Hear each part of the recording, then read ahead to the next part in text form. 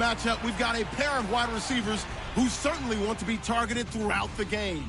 It's Jones's Falcons going up against Brett's Rams. With that, we'll send you out west to the city of Angels, Los Angeles, California, where we'll hand it over to our commentators, Brandon Godden and Charles Davis. Larry, we haven't had NFL football in this city for 22 years, but football is back here in Los Angeles. Today, we've got a good NFC matchup on tap between the Atlanta Falcons and the Los Angeles Rams. Hello, everybody. Alongside Charles Davis, I'm Brandon Godden. As we get set here, Charles, we talk about wide receivers. You know, Larry mentioned it in the open, but that's a big spot to look at here in this one. I think he identified it perfectly because these guys have such an impact on the game nowadays because they throw the ball more than ever. And whether they're throwing it short, medium, or long, can they snatch it out of the air and create even extra yardage with run after catch? That'll be taken in the end zone. And no run back here. This will be a touchback, and it comes out to the 25-yard line. And now here comes Los Angeles, a team that really struggled, especially, gosh, the last 12 games, they lost 11 of them. Of course, they had a head coaching change. But let's discuss Jared Goff. 5 touchdowns, 7 interceptions, started the final 7 games of the season. Where does he figure in going forward? He figures to be the face of that franchise. He is the key that they have to build around. And I really thought that they lost time by not playing him earlier. Put him out there, let him gain the experience, let him get better as the season goes on. He did start the last 7 games, all losses, but he gained valuable experience in doing so. They have a runner in Todd Gurley. They have to beef up the offensive line, get a few more receivers. But I'll tell you what, Jared Goff has potential in the NFL. I'm still struggling to wrap my mind around the year Todd Gurley had with the Los Angeles Rams. I thought he was a lock for 1,000 yards. Didn't approach it and never got over 100 yards in a single game all season. Yeah, and his rookie year, we know what he did. He was averaging 4.8 yards a carry as a rookie, 3.2 this year. How much of it was up front on the O-line? There was plenty of that, but he also has to increase his vision, and I think he may add a little bit more weight back on in order to break a few more tackles. No gain on the play there, second down. The offense on your screen now, and Todd Gurley on your screen. That is the back of the present and the future. And what an amazing return for him from a knee injury his last year in college at the University of Georgia. Now it's like it never happened. There's nothing he can't do on the football field. And if you're a defense, that's a long day trying to prepare for Todd Gurley.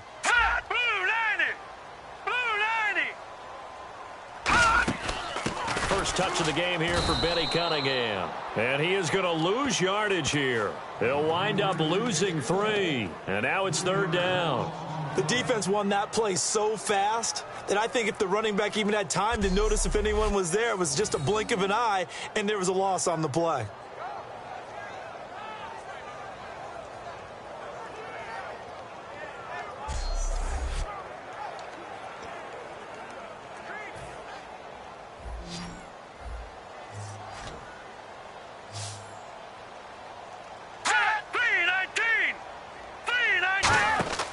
Third and long. It's gone. And this is going to be incomplete. He was looking for Todd Gurley, and it's fourth down. Well, no second guessing the call here. It was third and long, so throwing the football was probably the smart play to try and pick it up. But they don't get it, and now the defense goes off the field feeling pretty good about themselves, gaining some momentum as they force them into a likely punting situation. So the Rams call on Johnny Hecker here to punt it away on fourth down. Back deep for the Falcons is Eric Weems.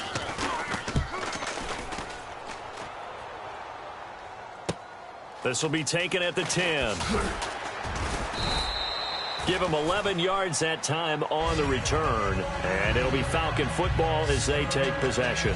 And time to see what the Atlanta Falcons can do on offense. There's Matt Ryan, starting quarterback, just shy of 5,000 yards in that incredible season in 2016 for Matt Ryan. You look forward, he's going to be working with a new offensive coordinator, Charles. One of the things I've always admired about Matt Ryan is his ability to embrace change, because he had the same type of a system, changed some coordinators early in his career, but the system was essentially the same for most of his career. And then he had a coordinator change in 2015 and had to adapt to a new style.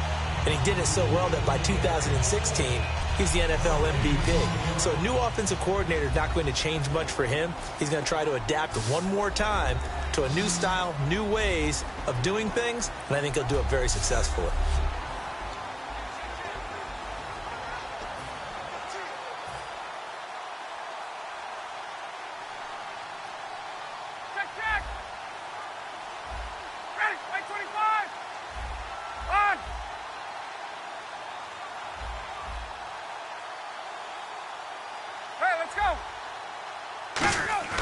On second down, Ryan. Going right side here, and that's complete. And he gets all the way down to the 30-yard line. A big play there on the catch and run. 49 yards. Coaches really don't care from what position they get this, but run after the catch ability, rack ability, is often the difference between winning and losing and changing field position.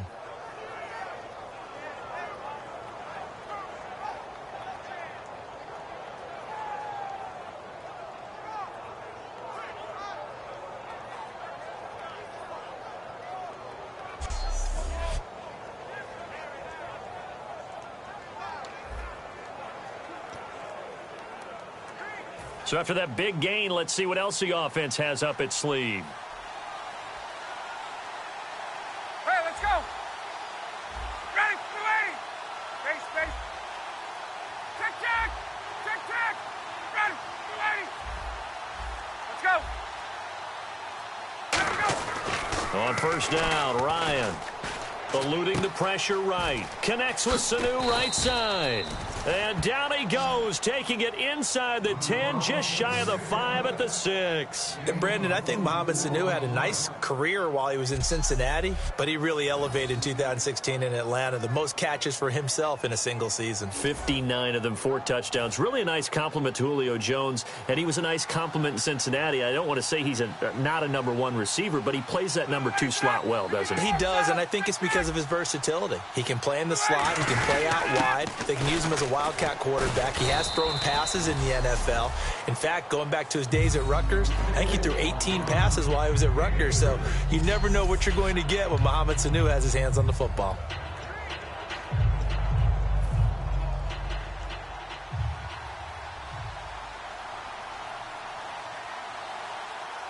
Let's go. 25. Hey, let's go. Ready. They'll look to run with Freeman. And he goes backwards on this one, losing yardage to the 7. So he loses 3 yards there. Now third down. On goal-to-goal runs, when you create lost yardage plays, the only way that happens is either called pressure or what I like to call straight-ahead pursuit, a great read, and they get to the backfield and make the play. And that was a big chunk of yardage lost. An extra defensive back on the field here for 3rd and goal. And he is into the end zone for a Falcon touchdown. Their big tight end from 6 yards away. And the Falcons have taken the early lead. The tight end position has always been dangerous, especially in the red zone, short field. But now even more so because these tight ends aren't necessarily the tight ends of old. They're the rocked-up wide receivers who have a little bit more speed. Way harder to cover than before. It's good, and that gives the Falcons a 7-0 lead. That drive goes 80 yards in 6 plays. And the end result, an Atlanta touchdown.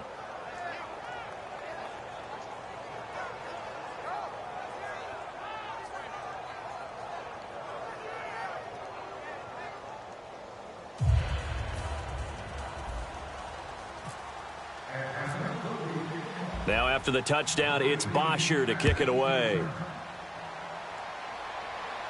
That's fielded in the end zone. And he'll elect not to return this one, so they'll bring it out to the 25 on the touchback. Partner, these L.A. Rams, as they come back out here for the next offensive series, they've now missed the playoffs 12 straight seasons. Of course, this last one, their first back in L.A. They were 3-1, so much hope, but then they lost all but one down the stretch. Hard to believe with a defense that good, but just tells you about the premium that's placed on the offensive side of the ball, especially at the quarterback position. They just didn't have the stability. Even though they drafted Jared Goff, #1 in 2016, he'll have to ascend to that number. Be that guy for them in the next season in order for the Rams to finally break that playoff drought. And now they've got some city neighbors in the Chargers of L.A.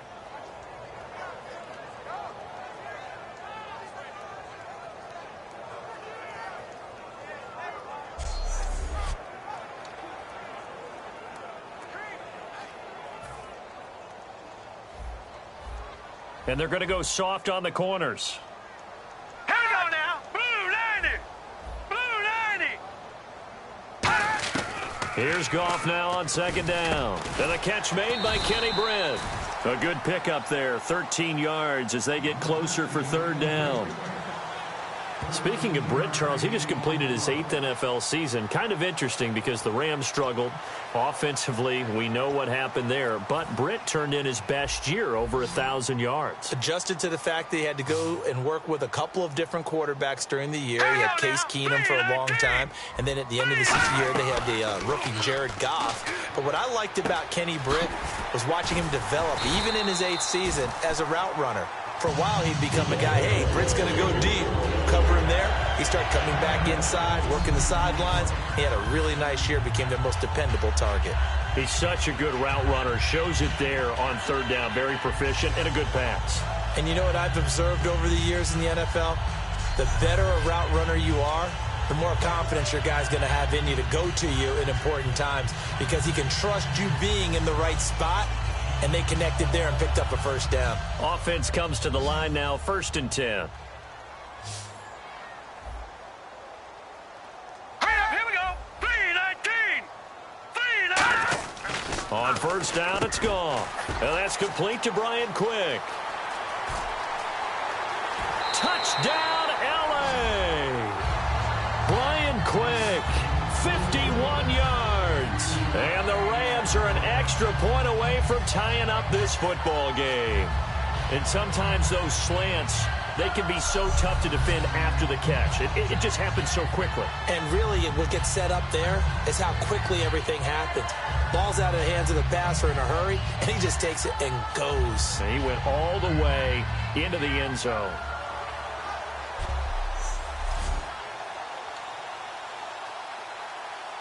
Now Greg Zuerlein on for the extra point. It's good, and we're all tied at 7 apiece. A drive there of just 4 plays. And the result for the Rams, a touchdown.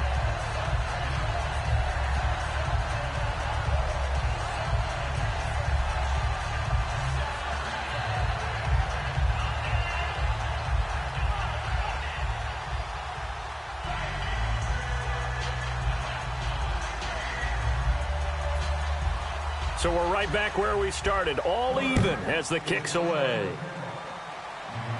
That'll be taken in the end zone.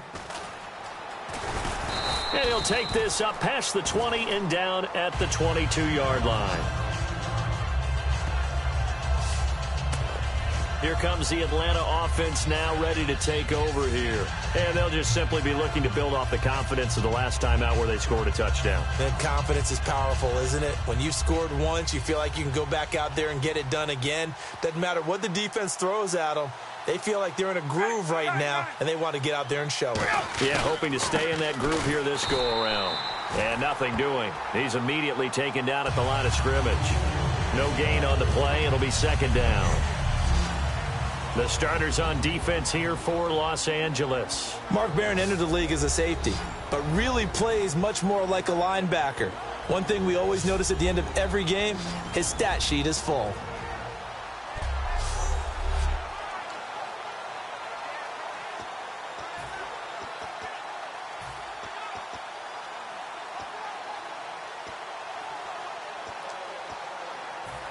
And the head coach reaches for the red flag. After review of the play, the ruling on the field stands. Well, he challenged the play. It did not pay off. And that means he lost a timeout in that challenge. And as a coach, you hate that. Don't know if you took the advice of the player, you threw it yourself, but it didn't go your way. At the end of the day, it all comes back to the head coach. He has the final determination on whether to actually challenge the play or not. In this case, it didn't pay off for him. And that's got to be so heartbreaking. You throw that flag, you probably feel really confident, and then all of a sudden, boom, you lose the challenge. Yeah, when you take a look at it, you're throwing that flag because you believe you're going to be right. And when it comes back the other way, you have to regroup. Over 1,400 yards last year for Jones, just 6 touchdowns. But, of course, he had the big 300-yard game. However, when he was blanketed with coverage, he always opens things up for other guys, doesn't he? He does, and that's what's benefited Atlanta's offense. Other guys were able to step up. In 2016, Mohamed Sanu stepped up and had his best year as a pro. Austin Hooper, as a young tight end, really developed down the stretch. And Taylor Gabriel, who had come over as a free agent from Cleveland, he really flourished, actually led the team in touchdown catches. But there's only one Julio Jones, and you want to get the ball to him as much as possible.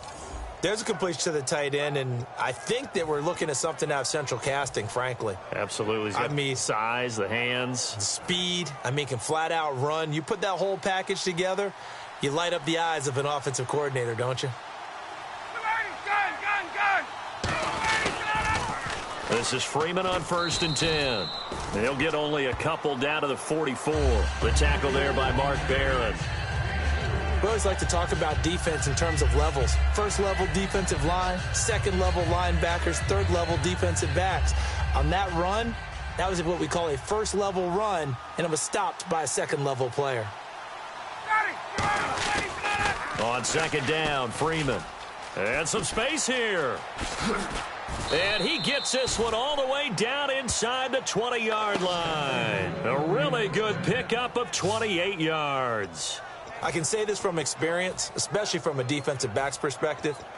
There's not many things more terrifying than a toss sweep or a pitch play and all that beef out in front of the runner. Yeah, I had an old coach say 3 words on those plays, toss or pitch. Set the edge. Heard him over and over. A lot of times they roll the edge, and when they do that, that's why you can go for a long way.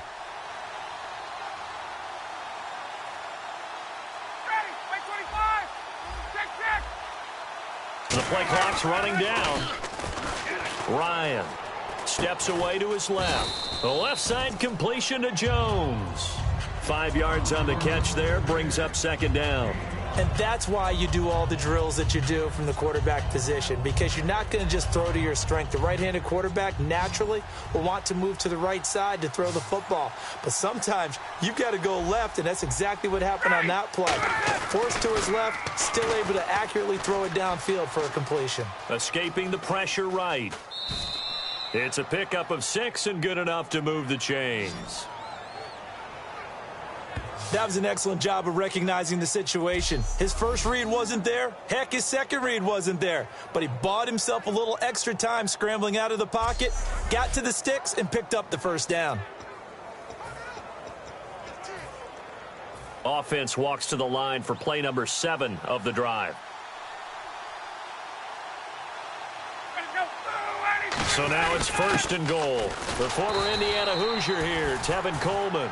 He'll get 2 out of that run, and it's going to bring up a 2nd and goal. Now for Coleman, if you combine the rushing and receiving yards, close to 1,000 last year. He had 8 touchdowns as well, and was just really a great 1-2 combo with Devontae Freeman. An outstanding one, and just think, if he's on just about any other NFL team, he's probably the lead running back. And Devontae Freeman gets the bulk of the carries. But Coleman, when he does get his hands on the football, he really produces in a big way, speaking of the numbers you just gave. Brandon, now we find out what their definition of commitment is. They've run it on the first 2 plays.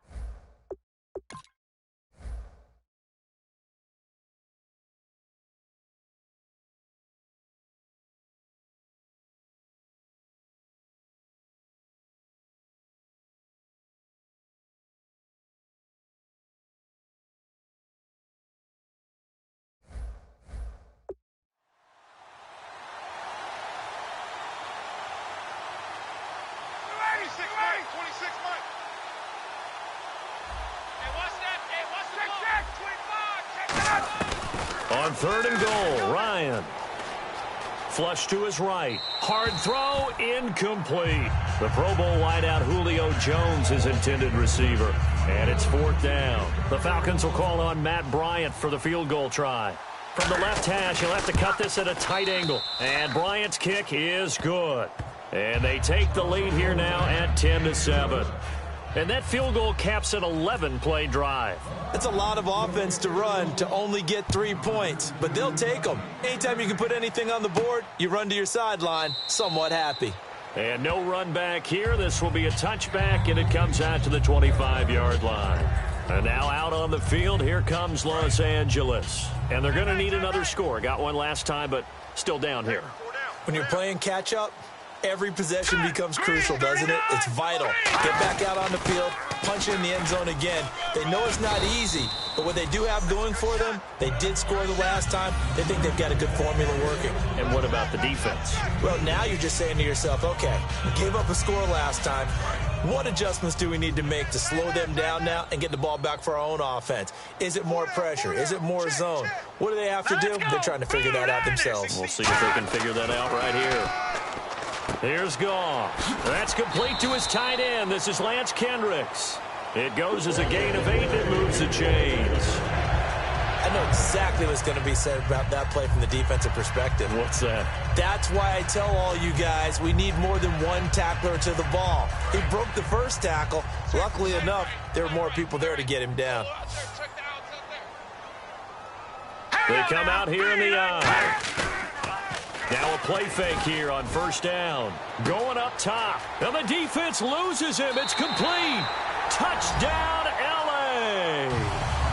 Tavon Austin, 64 yards. And the Rams are going to jump back in front. And he showcased his blazing speed on that one. Was he wearing football cleats or track spikes? Because he was gone. Big-time play. And just think about what that does if you're a receiver on the team with him.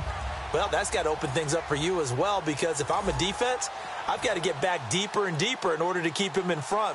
But I'm not sure how many can actually keep him in front with that speed. And that makes it 14-10. Now after the touchdown, it's Zerline. He'll kick it away. And no return on this one as the fair catch is signaled for and taken. It's player spotlight time, and we focus that spotlight on the quarterback, Matt Ryan. And I don't know what more they need to see of him than what we're going to see in this player montage. He's been great. Why aren't they winning this game, I guess, is the question. It is a good question, isn't it? Remember the time we spent with them in practice beforehand and had that little twinkle in his eye where he thought, hey, we can get some bombs in this game. We can get deep, and that's exactly what's going on. But I don't think he thought if they could do that they'd be on the losing end. They might need more of this air raid attack.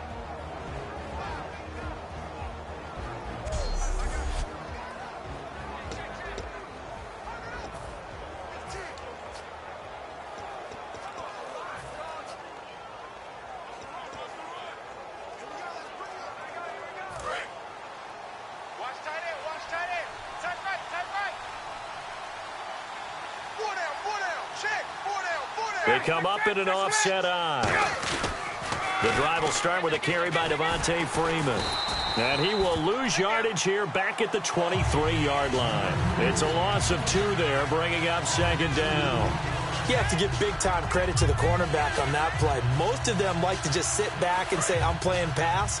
But he diagnosed that play so fast and got into the backfield for a loss of yardage. That's a monster play by a corner.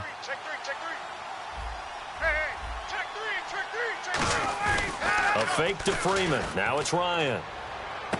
Oh, he's got a man wide open, complete. 20.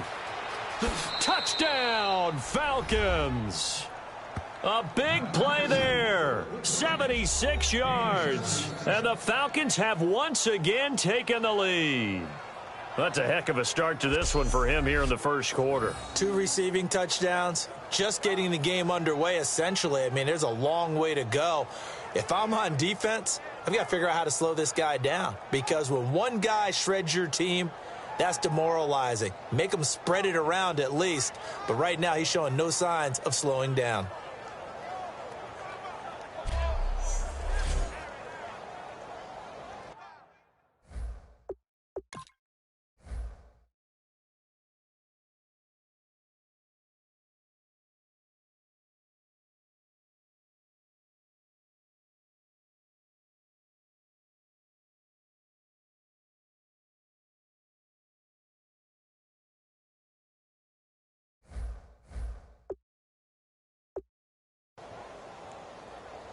Here's Bryant for the extra point.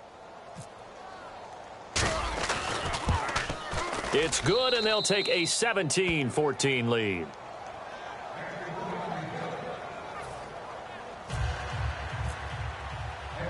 Now after the touchdown, it's Bosher to kick it away. This is fielded at the goal line. And not a bad return here. He gets it out to the 25-yard line. The Falcons defense gearing up as they take the field. They were picked apart really on that last drive through the air. Now 2 touchdowns against some of the passing variety here in this first half. And momentum totally going against them right now. One way to shift it, a big sack or some sort of a takeaway. They've got to find a way to get back in balance in this game because right now they're under siege. Yeah, they're a little bit shaken. Call it a gain of 4 on first, and that'll make it second down. Here's a look at the young Atlanta Falcons, although next year, obviously, everyone will be a year older. So rookies like Deion Jones, Keanu Neal, Devondre Campbell, an extra year, well, their only year, but a year under their belt now to get better. They're just young and growing, aren't they? I mean, I expect their play to continue to accelerate and elevate. And think about the building blocks they had in front of them. Second-year guys in 2016 who had big years. Grady Jarrett, a monster in the Super Bowl, tied a sack record in that game against New England. And Vic Beasley led the NFL in sacks for the regular season with 15.5. and also had 6 forced fumbles. Got his man over the middle. This is quick. They call it a gain of 19, and it moves the chains. One thing I can say pretty safely, that route is not called if you don't have a guy who can throw the ball and put some mustard on it. Because if you're going to lollipop it in the middle of the field, bad things usually happen. It takes a strong-arm guy who can rifle it in there, and they were able to successfully complete that one. On first down, it's Gurley. And he is met at the line of scrimmage, and he goes down right there. Credited with a 1-yard gain there to make it 2nd and 9. Now that's the type of play that'll fire up a defense. Hold them to 1 yard on a first down run. It'll be interesting to see if the offense decides to press the run at all or if they'll abandon it now after gaining only 1 on that play. They'll stick to the ground game with Gurley. And certainly some style points there on the spin. Not a whole lot thereafter, but still a pretty good gain. This drive is turning into an extended one, and the guy carrying the ball, he's becoming more like a body blows guy. Every carry is putting some damage on the defense. So after a while, I'm not too sure how many guys are going to want to run up and tackle him.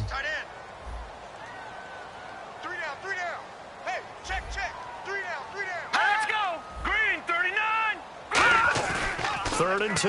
Goff. Blitz coming, and down he goes. A well-designed corner blitz that gets him for a loss of 8 yards. Well, when defensive coordinators game plan to put pressure on a quarterback, they often want to use blindside rushes, and that's exactly what they did there. The cornerback gets to him and drops him. Here's Johnny Hacker now. On for his second punt. He'd take a repeat of his first.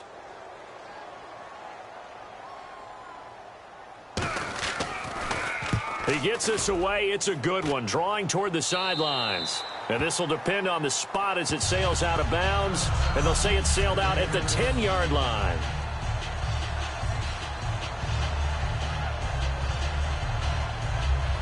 Atlanta now coming out on the field. And they were able to punch it in the end zone last time. They'll be looking to do that again here for the defense.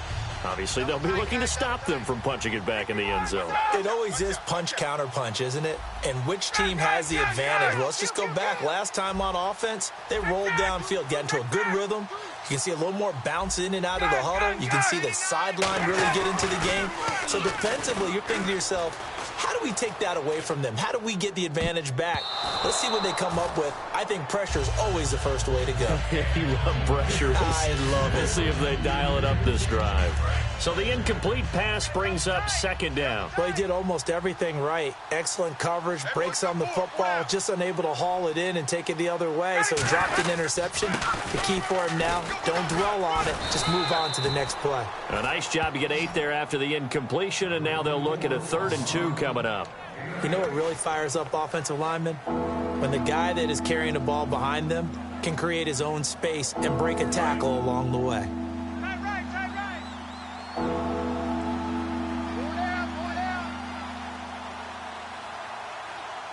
Rams go nickel here defensively on third. They run Devontae Freeman. And he's able to get the first here as he's taken down at the 25. I don't know about you, but that almost felt like old-time football there. 3rd and 2 is not necessarily just a running down anymore. A lot of times they want to throw the ball. They went back to the roots and powered forward and got the first down.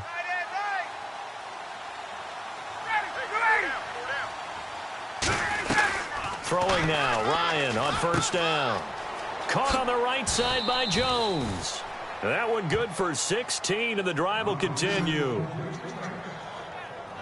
And with that completion, he's now north of 200 yards here in the first half. Boy, a tough start for the secondary defensively. It is, and it's got to put a dent in their confidence. And, you know, you always want to keep that up and feel like you can always bounce back after plays. But with the kind of numbers he's putting up here, it's starting to wear on them a little bit, I think. So they're looking at each other and trying to figure out what defense will work and how can they play better without getting beat deep for big passes. And when all else fails as a defender, when you're not there in the coverage, your best friend is exactly what we saw there. A big play shot taken by the offense. Unfortunately, it ended in a big drop.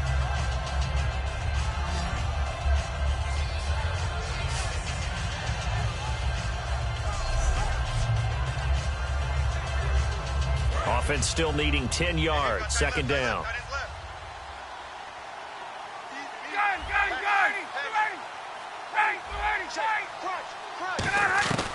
Second and 10. It's Ryan again.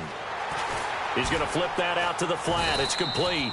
And he was able to shed the tackle, but the reserves come in for the stop. And a nice gain and a broken tackle along the way. And really, we shouldn't be surprised, should we? That's what runners do, especially the best ones. They break tackles and gain extra yardage.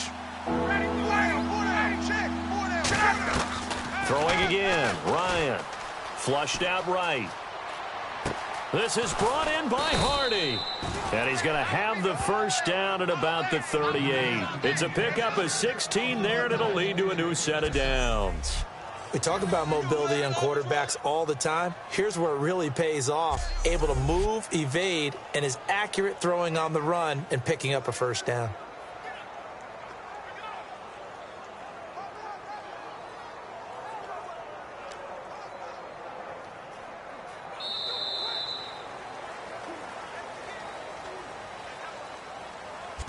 One quarter in the books. 17-14. We're back to Southern California right after this.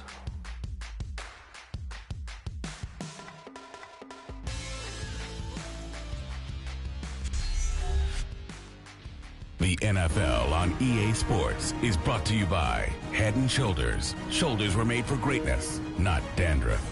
Alongside Charles Davis, Brandon Gaudin, it's the Falcons in possession to begin quarter number 2. And they're on the move here. They've got it 1st and 10.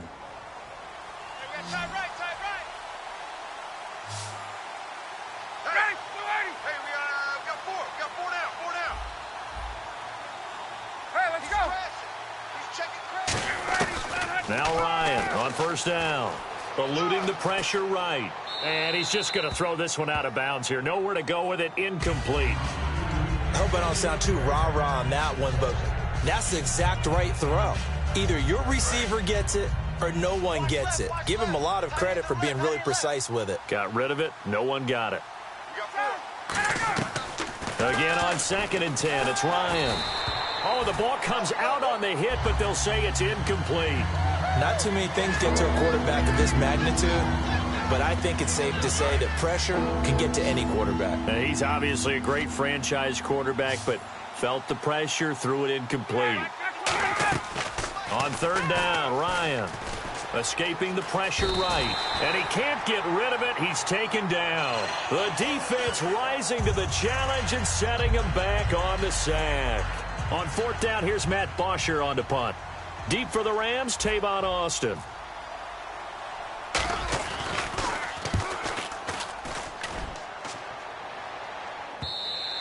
And not what he was hoping for there, as this will hit in the end zone for a touchback. Now the Rams offense, they work their way back on the field. And a tight game after punting last time. See if they can get something going on this drive. As they head to the field now with the game this close. And he's going to be taken down. Goff is sacked. He'll wind up losing 8 on the sack there, and it's second down. Now, we talk about players blitzing all the time. I often laugh and sometimes call it just straight-ahead pursuit. What a running start right back to the backfield for him. Yeah, it really didn't give anybody a chance to get up there and stop him. No, I mean, that's really, really difficult. You're asking a whole lot anyway, but when he gets that kind of a start and comes through clean, oftentimes the advantage definitely goes to the defensive player. 3-19. On second down, here's Goff. And seeing nowhere to throw, he chucks this one away from harm. Incomplete. Now it's third down. It's a tried and true formula, and I don't think it'll change for as long as we play football. If someone's trying to throw the ball and you can put pressure on them and make it tough, that's only going to help your defense. Yeah, he's since being hurried. He got rid of it before taking the hit, but incomplete. And he comes back with one complete. And they're going to get this one all the way up to the 35-yard line. Well, that's what you're looking for when you want to throw the ball downfield. You want one of those guys who can play out on the perimeter, can play out wide, who can not only get open, but when they're covered, can uncover themselves downfield and create catches. On 1st and 10, Goff. Wide open receiver complete. Touchdown, L.A. Brian Quick with his second touchdown here in this first half. And the Rams are once again going to retake the lead. Now, he's having a nice little first half here, partner. And it's a first half that leaves us anticipating what can still come. I mean, 2 touchdowns already here through the second quarter. There could be plenty more before this game is over.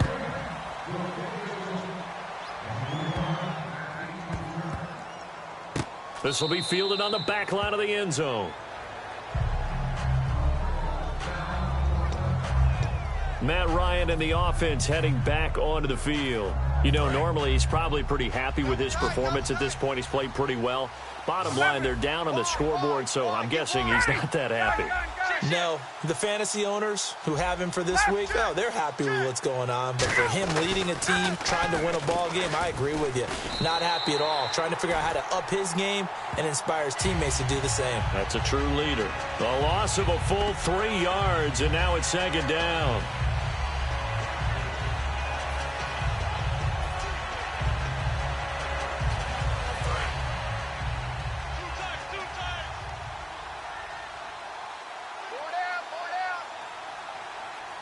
Freeman, the lone man in the backfield. Here's Ryan to throw. Flush to his right. He's got his man on the crossing route. A really nice gain of 25 yards. Looked like the defense put pretty good pressure on him, but he's able to flush out to his right to try and evade people. On the run, had to get on his horse. Still accurately throws a nice pass for a first down. 2 minutes gone by, second quarter.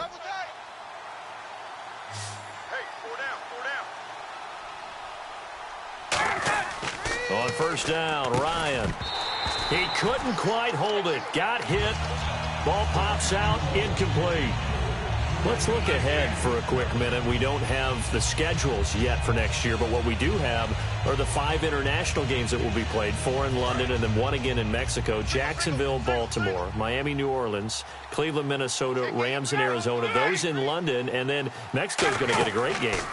The Raiders and New England. Yeah, you're exactly right. And just think about the ones in London. Oh, and this ball's tipped and intercepted. A great read, and it's picked off. And the return stops at the 39-yard line. Not the best of plays there as a quarterback. You're right-handed, rolling left, trying to throw it that far downfield. I remember a coach of mine saying, son, that's the equivalent of trying to get the car keys out of your pocket with your opposite hand while you're trying to run. You just can't do it. And taking it across midfield and inside the 45. They'll get 17 yards there.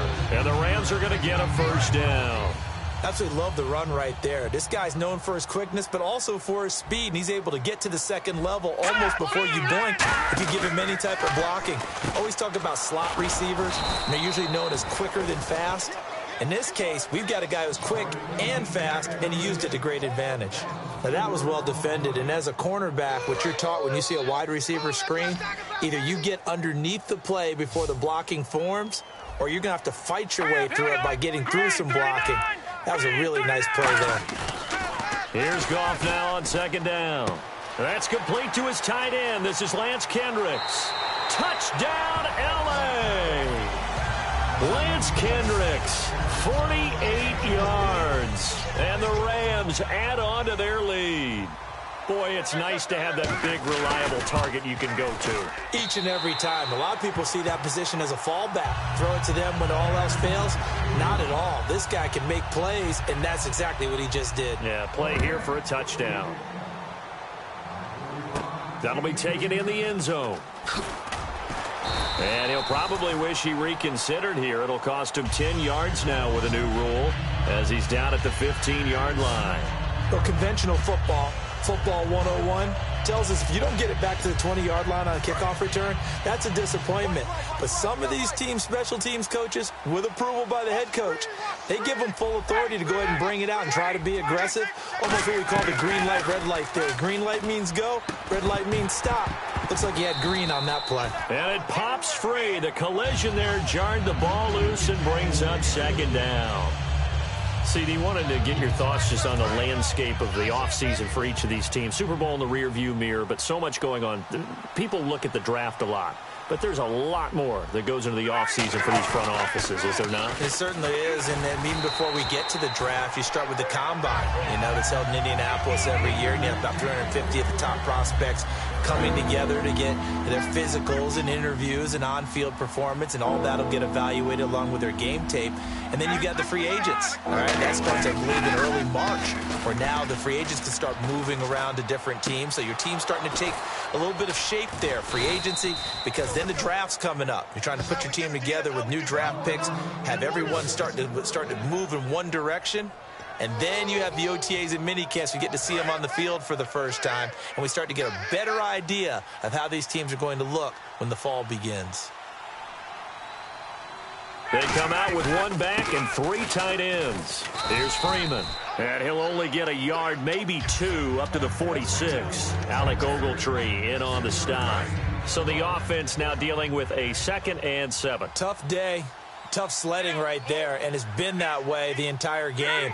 Not a whole lot of room to ramble for him. Yeah, you're right. It's been that way all afternoon. Didn't get a whole lot better there. Call it a gain of a couple, and that's going to leave him with a 3rd and about 5. I do know from experience that when you slow down someone's running game, you're now doing the dictating on defense, and guess what? Now you're getting ready to tee off on their quarterback because they have to throw it all the time. But you still have to be alert for the draws and other plays of that nature to make sure you don't get hurt. Here's Ryan, rolling to his right. He can run for it, and he will. And avoids the contact by sliding. A pickup of 11, and it moves the chains. We just saw a nice example of why teams often bring in baseball guys to teach quarterbacks how to slide in key situations. You want to protect your franchise guy. Make sure he doesn't get hurt. He did exactly that on that play. A perfect slide to avoid the big hit and pick up a first down.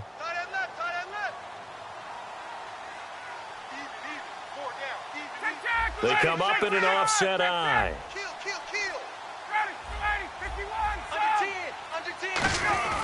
On 1st and 10, it's Ryan. Forced out to his left. And an alley to run. And he slides to avoid the hit. They'll give him 8 on the play, and that'll bring up 2nd down. Partner, he was going through his progressions. Not there, not there. After about the 3rd one, he decided he better pull it down and run for it. And he slides down and avoids the hit for good measure.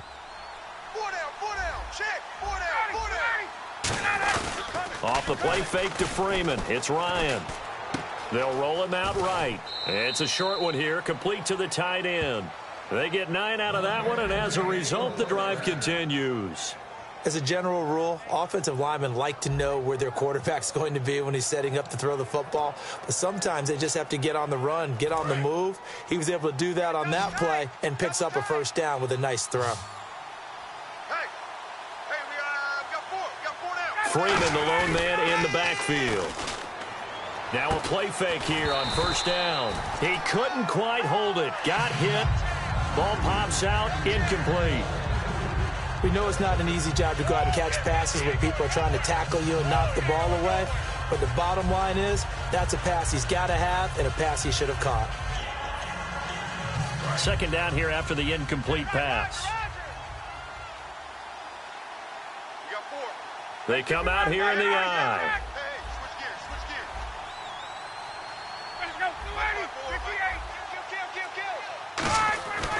Second and 10. It's Ryan again. A 50-50 ball here, and it's intercepted. A great read, and it's picked off. And a big turnover there as his guys will get the football back. So that's back-to-back drives where they've thrown an interception. Ordinarily, we look at the offense and say, what's going on with your scheme?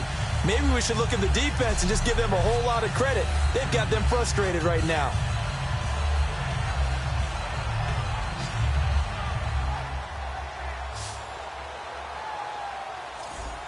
Now here's the Falcons defense getting set to go again. And they gave up a touchdown last drive. You kind of need to hit the reset button after every touchdown given up, Charles. I love that. And the way that you phrased it is perfect because from series to series, you can reset how the game is going to go. If you gave up a touchdown before, it doesn't mean you have to do it again. And if you made a great play before, you have to reset again anyway because they're going to attack. So I love the way you phrased it and put it out there. That's what they have to do in this series. Not like when you pick this up past the 10 to about the 11. And he's able to get most of what he needed on the carry there. 7 yards on the gain, and it's 3rd and 2 now. And that looked like some pretty easy yardage there right up the gut. And he's a guy that has some height to him. So when you don't have to drop a shoulder or create or get through contact or trash, makes it a lot easier to stay upright, see the field, and make a run as we just saw there. Just a 1-yard gain on the play, and that'll mean a call to the punt team as it's 4th down.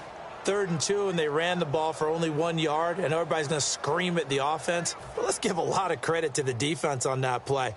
Defensive front out leveraged the offensive line. They got more people to the football. Yeah, they won that battle in a big way, and they're forcing a big decision now by the guys on offense. Pulled in at the 24. They'll call that a 61-yard punt. He got all of that one. And the offense will take over with a new set of downs. Atlanta now coming out on the field. And 2 interceptions thrown here in this first half. You hear it, no matter the sport, they say the great athletes, they can kind of have a short-term memory, but that's easier said than done. It is easier said than done, but I played. And for the 3rd time here in this half, it's intercepted. Picked off by Alec Ogletree. And they are going to set up shop at the 40-yard line. Well, I get what he was trying to do. He was moving to his right and trying to shift the coverage, but instead he shifted the coverage also to the right and threw right into it for an interception. And the Rams getting set to go now. And on the last go-around, they really couldn't get anything going. They had to punt from deep inside their own territory, which means you're going to lose the field position battle as a general rule. What they're looking for now is a little more consistency, move the ball at least a few times on offense, get a couple of first downs, and hopefully flip the field. Yeah, just something to build off of. That's what they're looking for here. And with that last play, he's now up over that 300-yard mark. And in today's NFL, it almost feels routine. And I hate that when you talk about a 300-yard passing game. To me, 300 yards still. And it's complete. He's got it in the end zone. Touchdown, Rams. Tavon Austin with his 2nd touchdown here in this first half. And the Rams add on to their lead. I know Paul Revere talked about by land or by sea, right? You know, 1 by land, 2 by sea. He didn't mention air because right now we're seeing a big-time performance, aren't we? That's 2 touchdowns so far in this game. Where'd you pull that one from? And, you know, every now and then I actually listened in history class. And you're just a scholar all the way around. You're reading all the time. I like that you fit that into the broadcast. You know, I just grab a nugget when I can. Atlanta now coming out on the field. And last time wasn't pretty. 1 play and an interception. We'll see if they can do better. I want to see if they want to go ahead and throw the ball again now on this drive after what happened on the last one. Throw it on the first play. Give the quarterback some confidence. See what happens. And it's incomplete. He was looking for Mohamed Sanu there. That'll bring up 2nd down. That incompletion, Charles, gives me a chance to put you on the clock real quick. NFC teams last year that did not make the playoffs that might make a push this coming year.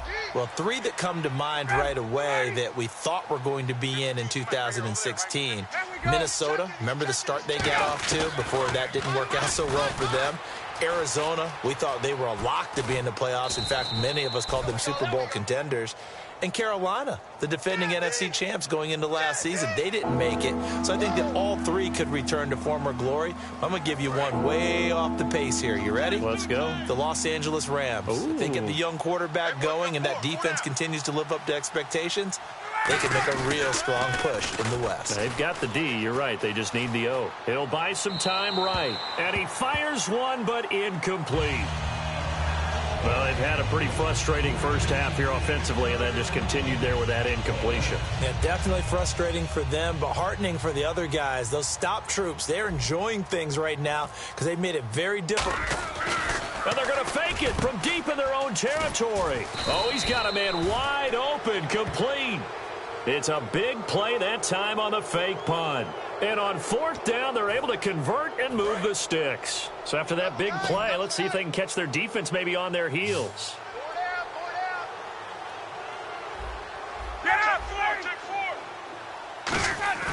Throwing now, Ryan on first down. It's a short one here, complete to his tight end. 7 yards, the pickup on the pitch and catch. When you execute a drag or a crossing route really well and give them a chance to let it develop a little bit, you can gain some significant yardage hitting your tight end on that one. Hey, 4 down, 4 down. Ready? Hey, 51's right, ready. Hey, check 24, watch 24. 20, 20. Check 49. Again, Ryan. Flushed out right. And no escaping this time as he'll go down. They got him for a sack. It's a loss of a yard, so they'll wind up crediting him with a sack, and it brings up third down. And their inaugural sack of the game coming from an unlikely source. You mean it wasn't a linebacker? It wasn't a defensive end? It was somebody like you. Oh, my goodness. Yeah, that's a surprise for the offense. That's not what they normally get when they think about pressure. Freeman, the lone man in the backfield. Ryan now to throw on third down. Eluding the pressure right. A bullet throw, but incomplete. I'm not sure we could spot any tendency here on this third down. They could have run it or passed it. Either one was available.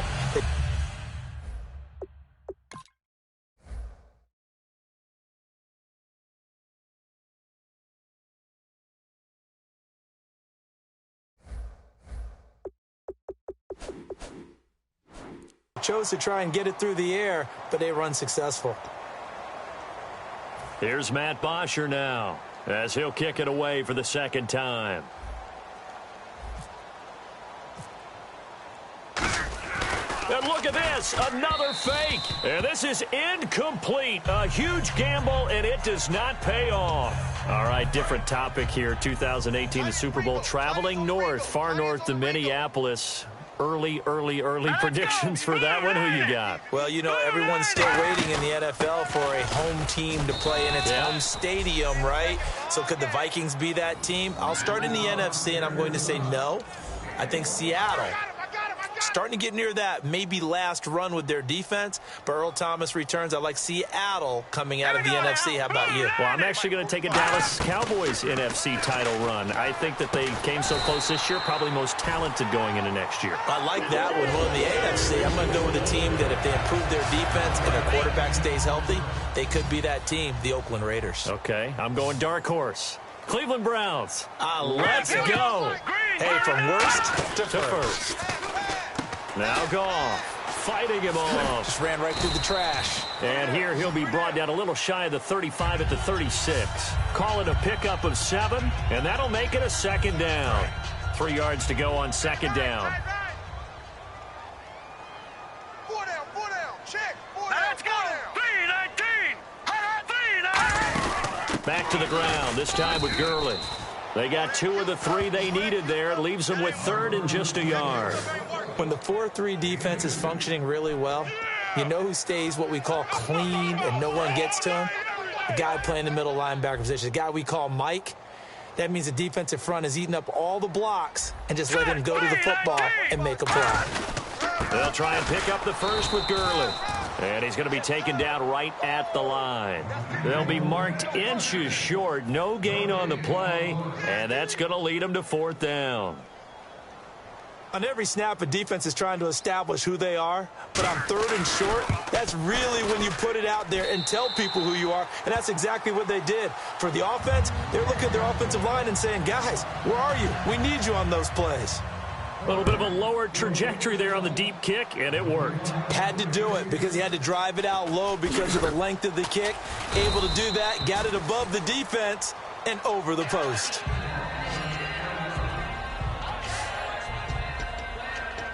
Now the Falcons offense gets ready to head back onto the field. And on that last drive, went for it on 4th, turned it over. A good job by their defense, though. They held them to 3, but this offense, they've got to be a little bit better, a little bit more careful here. And sometimes when you see these calls on 4th down, when they decide to go for it, it's not necessarily the coach saying, I believe in my offense. Sometimes the coach saying, I believe in my defense. I can afford to go for it here because if we don't get it, I don't think we'll give up more than 3, and that's exactly what happened there. You think that factored in? I do. I think that he had that in his mind going into the game, that I'm going to be aggressive on offense because I know I've got a defense that can hold up their end. 2nd and 10 now. Ryan escaping, and his pass is intercepted for the 4th time today. A great read, and it's picked off. And his guys are going to get the football at the 28-yard line. And now out on the field, here comes Los Angeles. And fortunate to get points on the board last time. They had to hit a really long field goal to do so. The kickers in today's game are so good and so skilled and hit from distances that we almost start to take them for granted. And we can't do that. That's a long field goal that they got 3 points out of. They've got to feel good about that, and they better make sure they love him up because he's helped them out. Yeah, now we'll see if that offense can put 6 on the board here. We'll see. Now Goff completes it right side to Britt. A really nice gain of 25 yards. And now with that completion, he's north of 200 yards here in the first half. And he's going to break our statistician, Marvin, isn't he? Because Marvin right now is just tallying it up. Hope his hand doesn't hurt too much doing this or keeps hitting the calculator. But my goodness, what a start he is off to. By the end of this game, he could have monster numbers. He just wants to continue to be accurate. Looking at this now, you got a couple more cracks here this close. Sneak it. I don't think you even go into a huddle. Just line up, snap it, and fall in behind those guys into the end zone. 2nd and goal to go now. They'll try and push it in with Gurley. And they'll lose a yard that time, and that's going to lead to a 3rd down. Yeah, let me puff out my chest a little bit. Even though I'm not rooting for either team, that was a really nice defensive play. It's awfully fun to watch, even in an offensive game. From back at the 3 now, this is 3rd and goal. We got 3, fellas, we got 3. All right, here we go. Green, 39. Green, 39. Now Goff on 3rd and goal. And it's intercepted. A great read, and it's picked off. And a big turnover there as his guys will get the football back. Their passing game has been spectacular this afternoon. Finally, a win for the defense. You think maybe there was an adjustment there. Finally gained a measure of, I don't even know if you call it revenge, but got a play done against him, and that's been difficult for them all game long. And the Falcons now making their way back out onto the field. And following the interception, just any interception, are you a little bit more cautious when you start that next drive, or no, you just throw that out the window? I think you are. I don't think that there's any way you can run back out there and go, totally didn't affect me. Let's just go ahead and be loose with it. Now the pressure comes, and he goes down. Just inside the 10, back at the 9.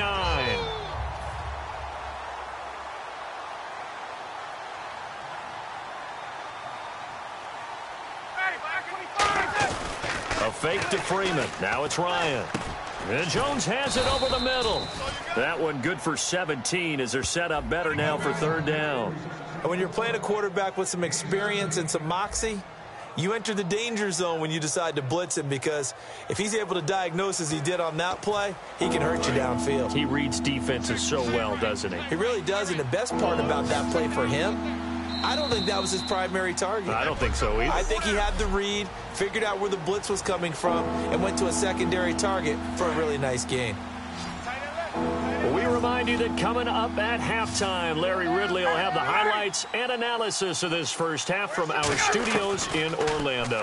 And I have a feeling those highlights will be pretty one-sided, too. I think you're right, partner. And he's going to be out of bounds at the 39. They pick up 12 on the play there, and they move the chains. I like that one, partner. They go back-to-back with excellent gains. And really, it shouldn't be a surprise who they were throwing the ball to. He's their best guy. Yeah, we knew that they would get him involved early. They're doubling down on getting him involved early. Don't be surprised if they'll come right back to him again. They haven't shown the propensity to be able to stop him. He was trying to hit Taylor Gabriel that time, and that'll bring up second down.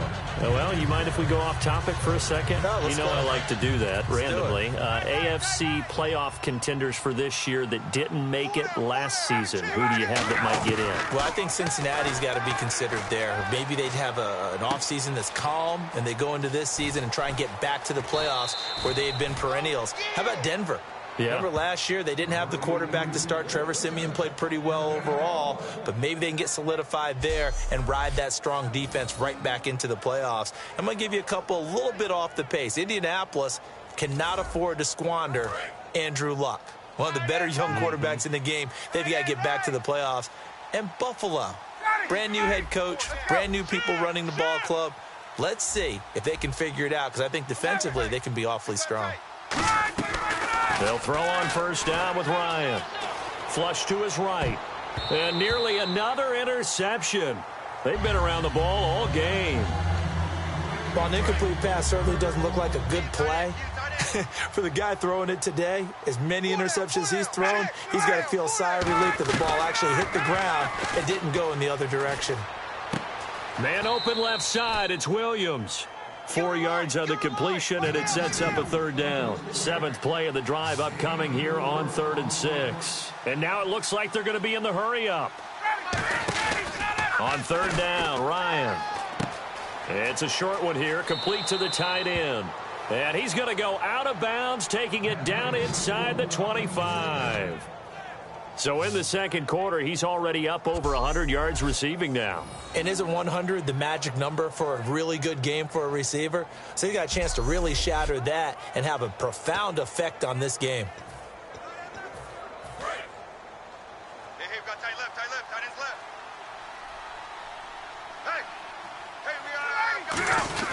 Hey, Here's Coleman. So a nice job to break the one tackle, but not much daylight after that as he's brought down. Eugene Sims on the stop. They're going to hurry back to the line now. Now Ryan on 2nd down. Oh, he almost had it for the pick. A great chance there for the interception in the end zone. Instead, 3rd down. A missed opportunity for an interception would have killed off a drive. They had a chance there to finish things off. Didn't get it done. I guess that's why a lot of those guys do not play offense. And defensively, it's a nickel formation here on 3rd down and 9. Ryan. And that is incomplete. Well, to say that this has not been his game is probably a big understatement. I mean, he is all over the place. Mechanics are off, not accurate, except if you're playing on defense, because they picked off a good number of passes. Yeah, all the INTs, but they're throwing it off his back foot. Pressure coming, just chucking it downfield. He can't do that right now. No, you can't do that at all. And I think one of the hardest things for a guy having a day like this one is to find a way to just kind of get out of it, kind of get yourself back to neutral. Because what you try and do is make even more spectacular plays to make up for it, and it usually leads to more bad ones. They go back to the air here after the INT. And he just gets rid of it, throws it away. A wise move there, looked like nobody open, now 2nd down. Little lull in the action here to go over an offseason storyline that's kind of interesting. LA a couple years ago, they have no teams, and now they're going to have 2 with the move from San Diego to LA. What does that mean for the league and for the Chargers? It seems like an easier transition.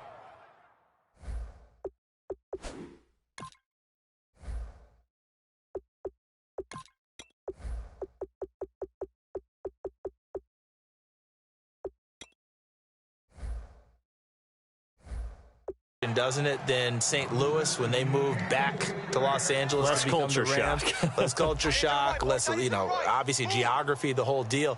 But it's a transition still is not going to be easy. Remember, they're going to go play in a soccer stadium, essentially, for at least the first couple of years before they share a stadium with the Rams. So that changes things. Obviously, trying to create an identity in the market they haven't been in a long time. They began as the Los Angeles Chargers, but only played one season as such. And now following that timeout, the defense back out onto the field.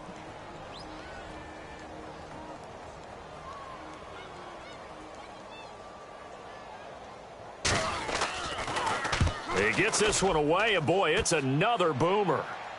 Fair catch called for and collected right at the 10-yard line. So possession goes over here on the punt. And there'll be time for maybe one final play before halftime.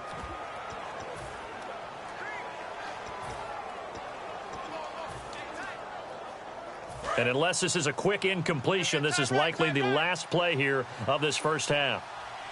Three down. Jones will come now in motion right.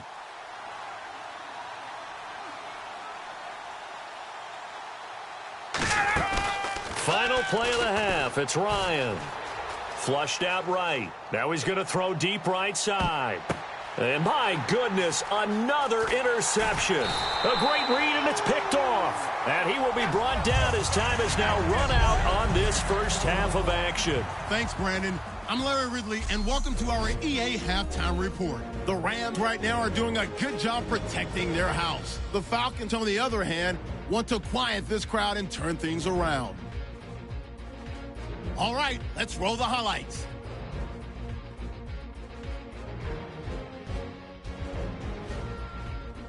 Falcons with the football early first. Quick pass and completion is made here, and he'll end up at the 30-yard line before being tackled. Falcons later on the drive, out of the pocket, he'll complete the pass. And this 5-play drive goes for a touchdown.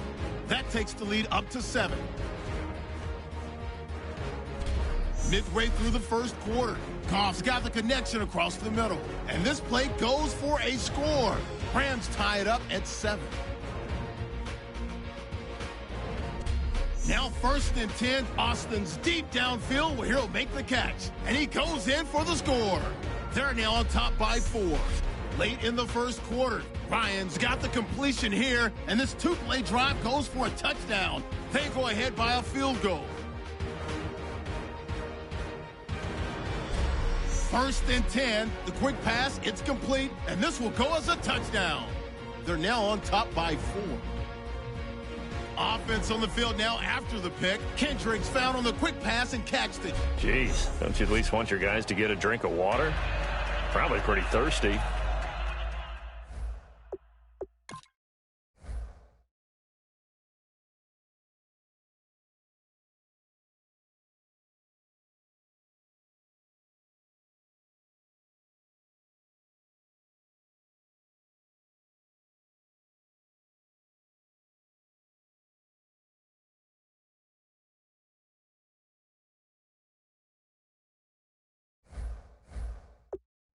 Whatever, your wish, our command. Third quarter now. That's fielded in the end zone.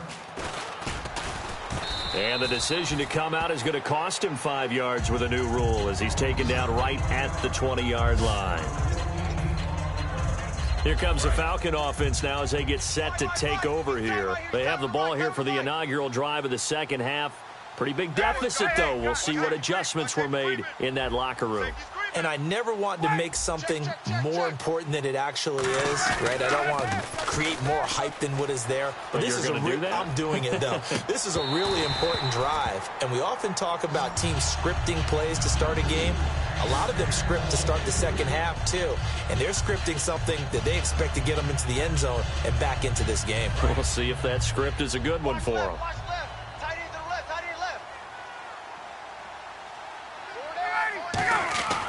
Second and 10. It's Ryan again. And that one got tipped. Kind of threw everything off. It brings up third. Anytime a ball's thrown in the middle of the field that's popped up in the air, I expect someone to catch. It doesn't matter whether it's offense or defense, because there's usually a great amount of bodies in that part of the field. In this case, no one came up with it. Well, here we go now. An extra defensive back in there on 3rd and 10. And complete on the right side. It's Tammy. They do get 9, but it leads to 4th down. So much about offense is what you call hidden yardage. You know, you throw the ball to someone, they catch it, and then they can make a big play. You know, they create a play, run after catch. They did a really nice job there of limiting that and keeping him from a 1st down. Yeah, stopped him in his tracks. It'll be a 2-yard gain, and they're able to pick up the conversion here on 4th down. I tell you, on 4th and 1, when you're way back on your side of the field, I thought this might just be an attempt to draw them off and get the 1st down that way. But they were going for it the whole time, and they wind up getting it. And a new set of downs here after picking up the 1st on the ground.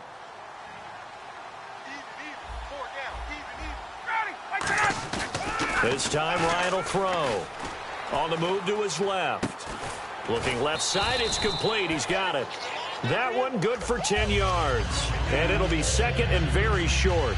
Seeing that play and understanding just how tough it is to cover tight ends, especially the ones running around the NFL nowadays, makes me glad I didn't make it in that league. I would have had a really difficult time. But now you get to sit up here with me. Yeah, and that's fun, isn't it? And what a really nice game right there on 1st down for them. Brings up a nice 2nd down for them. Throwing right, and that's complete. Past the 20.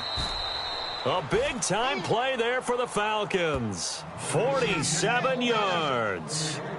As we continue to advance in the NFL, as people continue to scout players, they really don't care as much about body types as they care about those guys who can make people miss, run through tackles, and gain all that additional run after catch.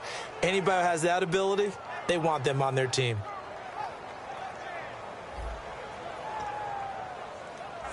And now a 1st down following that long gain.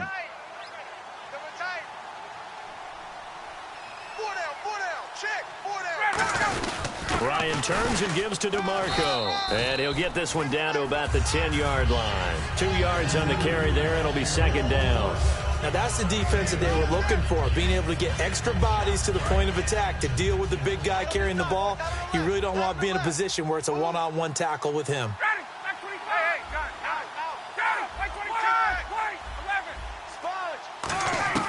On 2nd down, here's Ryan. Eluding the pressure right. This will be caught at about the 5. 4 yards on the completion, and it sets up a 3rd down. What terrifies defenses when they see slant routes thrown is that the receiver is on the move, and oftentimes he catches it and gets upfield. Does a really nice job rallying to him and stopping him for a minimal gain.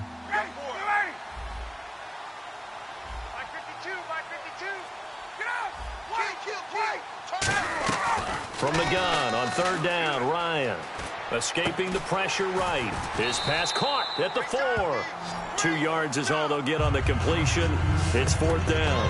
One hallmark of good defenses is understanding the game, understanding positioning, and tackling immediately in the secondary after catches. I think we just saw that. Nowhere to go here. He lost the football. And a big turnover there as his guys will get the football back. Well, give some credit to the defense. They forced the big play, knocked the ball free from him, but that's a cardinal sin by the quarterback. Know where you are on the field, and he just gave up at a minimum 3 points. Instead of getting down, takes the contact. The turnover ensues, and he stopped immediately there. It's a loss of a yard there, and now 2nd down. Hey, a lot of points have been scored in this game, but what a nice play by the defense. Stepping up on that one. Maybe they'll get things going in their direction after a play like that. Let's go! Blue 90! Here's Goff now on 2nd down. That's complete to his tight end. This is Lance Kendricks. Give him 12 yards on that one. It earns him a fresh set of downs. And after that completion, you can understand why so many teams in the league are emphasizing speed on defense at every position. The tight ends have created so many tough matchups now. If you can't run with a tight end as a linebacker, this is going to be the result every time. Well, the numbers have been good in the passing game, and certainly a big reason why they have the lead. But now here, third quarter, maybe go to the run game a little more? Yeah, perhaps. I mean, after that incompletion, a little credit to the defense for shutting them down on that play. Maybe you try and run the football a little bit more in this spot. But they have to feel good about how they've been throwing it overall. And he's going to be taken down. Goff is sacked. It'll go in the books as a 7-yard loss on the sack, and it's third down. And I know it seems like we say this a lot in broadcast booths, but a quarterback can hold on to the football too long in these situations. I think he did right there. Oh, I agree with you totally. Sometimes you have to understand situations. Get rid of the football, save some yardage, it'll make it less to gain for the next down. Instead, he was so hipped on ball security, he held on to it and took a big sack. All right, here we go. Blue 90. Blue 90. Third and long. It's Goff. It's a short one here, complete to his tight end. They do get 9, but it leads to fourth down. Whether you're playing West Coast offense or not, one of the maxims of the West Coast offense is you're either throwing a touchdown or a check down. In other words, look for the big shot, but be smart. I think they did exactly that on that play. They didn't get the first down, but they're taking care of the ball well. Yeah, and being rightly cautious with that lead here in the second half. That's going to go in the books as a 55-yard punt. Well done. And out will come the offense as they take over. Atlanta now coming out on the field. And so close to hitting pay dirt last time, fumbling down near the goal line. Now, how does that affect their psyche this time around? It's a tester, that's for sure, because to be that close and come away with no points is really disappointing, not just for the guys on offense, but the defensive players, too, who thought, hey, we're going to put some points up and have a little momentum going. They've got to find a way to just get it out of their minds, let it go, short-term memory, and move on to the next series. 2nd and 10 now. Ryan sliding out of the pocket. And the hit jarred it loose. It's incomplete. And he's certainly not a guy that drops that football very often. Indeed, because that's a bit of a surprise. I know he's in the middle of some traffic and people, bodies all around him, but he usually has the focus to haul that one in. And on third down, a nickel formation here defensively. On third down, Ryan being chased out left. And they almost had another one. They are all over the football in this game. Nearly another pick. Now fourth down. Not only was that a 3-and-out, it was their third straight incompletion on this drive, and they didn't even think about trying to run the football. Now they have to give it up.